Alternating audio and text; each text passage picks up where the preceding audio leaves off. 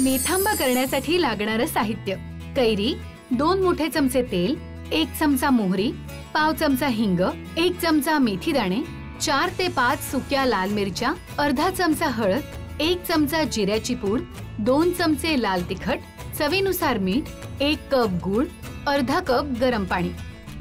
कैरी छान धुवून सोलून घ्यायची आणि मध्यम आकारात कापून घ्यायची. कढईत तेल गरम करून त्यात मोहरी घालायची. मोहरी तडतडल्यावर हिंग, मेथी दाणे आणि सुक्या लाल मिरच्या घालून परतायच्या. आता त्यात कैरी घालून खमंग परतून घ्यायची आणि त्यावर हळद घालून कैरीला वाफ आणायची. त्यात जिरेपूड, तिखट, चवीपुरतं मीठ आणि गूळ घालून हे जिन्नस मिसळून घ्यायचे. आता त्यात पाणी घालून हे मिश्रण वाफवून घ्यायचं. झाला आपला मेथांबा तयार. आपल्या सोबत आलेले आहेत अंजलीची सोनी. तुमचं आजच्या या भागामध्ये खूप मनापासून स्वागत. नमस्कार. मी आज चवदार चटकदार मेथांबा करणार आहे.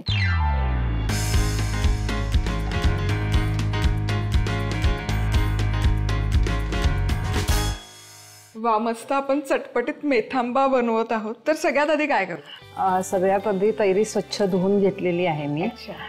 त्याची सालं काढू.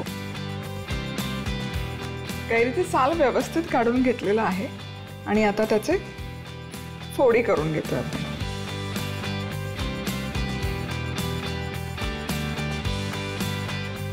चला तर मग आता कैरी मस्तपैकी चिरून घेतलेली आहे.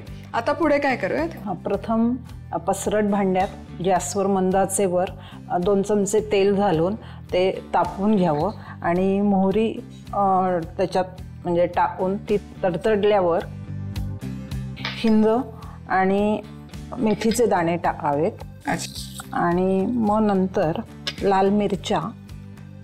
मोहरी घातली. मोहरी छान फुटली की हिंग, मेथ्या आणि सुक्या लाल मिरच्यानी स्वाद येतो. त्यामुळे मग सुक्या लाल मिरच्या जरा परतवाव्या. मंद आचेवरच परतवावी आणि नंतर कैरी धुतलेली जी आहे त्याच्या फोडी टाकाव्यात. जरा एकसारखं वाफ आणून घ्यावी. हा सुंदर सुवास दरवळतो. इतकी साधी फोडणी आहे पण त्यात कैरी टाकल्यावर स्वाद आला त्याला. नंतर हळद,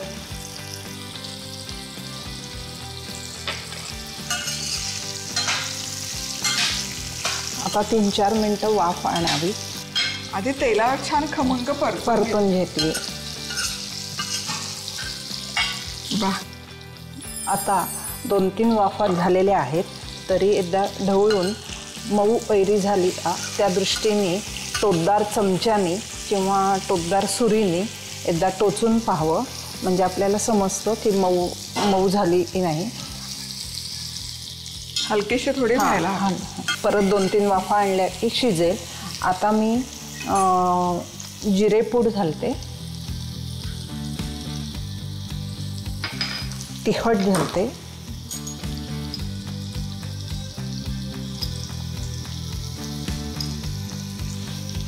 बॅडगी मिरची आहे, तिखट नाहीये, त्यामुळे आम्ही पूर्ण ढकलून दिली.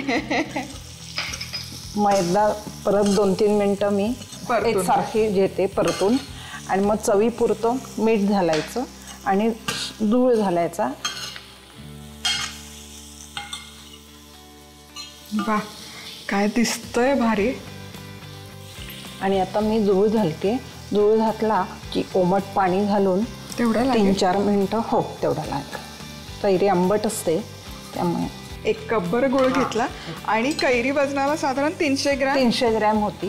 300 ग्रॅमला गूळ साधारण 150 ग्रॅम हे घेतलं मी. गूळ घेतला. आता हा गूळ आणि हे सगळं मिश्रण एकसारखं शिजायला पाहिजे. त्यामुळे आपण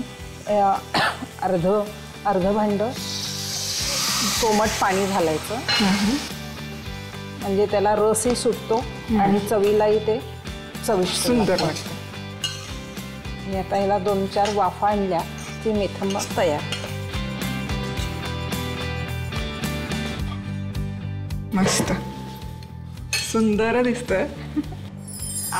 काय खमंग सुवास दरवळतोय. येस, आता मी झाकण जरा अडून घेते आणि एकदा शिजलं की नाही म्हणून एकदा टोचाने टोचून पाहते. हे शिजलेलं आहे. वा, आणि आता हा मेथंबा तयार झाला आहे. क्या बात आहे, मस्त दिसतोय. आणि हा किती दिवस टिकतो? हा साधारण महिना दीड महिना टिकतो. थंड झाला की थंड फ्रीज झाल्यावर फ्रीजमध्ये ठेवा, महिना दीड महिना टिकतो.